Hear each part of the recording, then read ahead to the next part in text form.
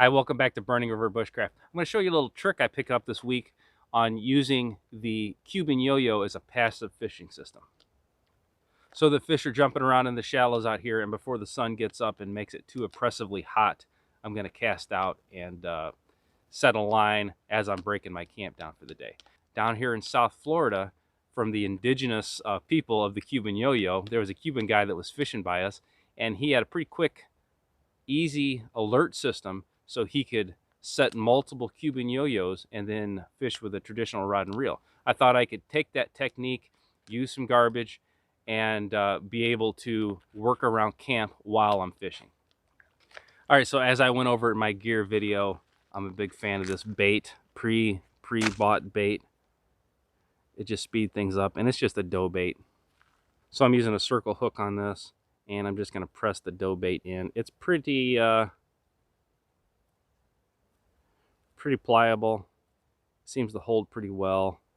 Anything else, some of the natural baits, I had issues sticking on the line when I was casting it, because the Cuban yo-yo casting process kind of like lassoing a bull or something. So again, I've got videos on this in the past. I'm just going to fling this thing out as far as I can, keeping the angled face of the reel away from me. I'm going to get over here where I'm not going to hook any trees.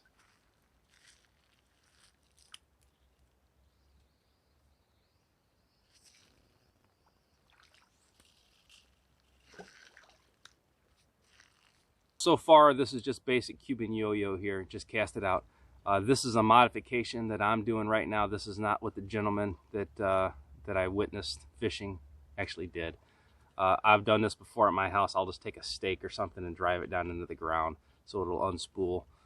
I've got a piece of driftwood right here, so I'm just going to go over the driftwood because this is my only fishing device right here besides my mechanical yo-yos.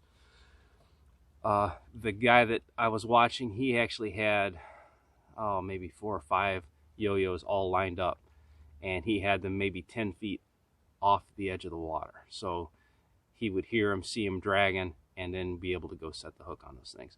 So you can imagine the size of that. That's about a 6-inch diameter circle. So you could stack that in a backpack. You could fill, food. You can put all other kinds of other things in that area, so you're not really taking up that much true space.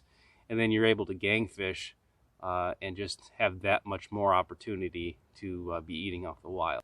But the key thing I learned from the Cuban gentleman was the use of a beer can as an alert. He just grabbed a couple pop cans out of the garbage. You can find trash cans like this pretty much anywhere. However, on this island, this is pretty clean island. I've seen a couple bottles, but no real aluminum cans. Everybody seems to take care of this place pretty well. This can was given to me by a couple power boaters who were concerned with my welfare and thought I looked thirsty and needed a beer, and they were right. So they gave me a couple beers. I'm just going to get it and give this thing a little crush. I want the center kind of like hourglass shaped a little bit. Now this is pretty heavy monofilament, so it's actually going to show up pretty well on camera. I'm just going to take it and give a couple wraps around it. No knots, no nothing serious. And then I'm going to go ahead and set this right down on the beach. Here's the whole setup. The Cuban yo-yo is attached. You can kind of see it in the corner of the screen right here around that dead driftwood. The can is just dallied around a couple times, just a couple quick loops. My bait's in the water. So the whole theory with this is when the fish takes it, you're going to hear that aluminum can running for its life and let you know that dinner is ready. Quick tip, pretty easy.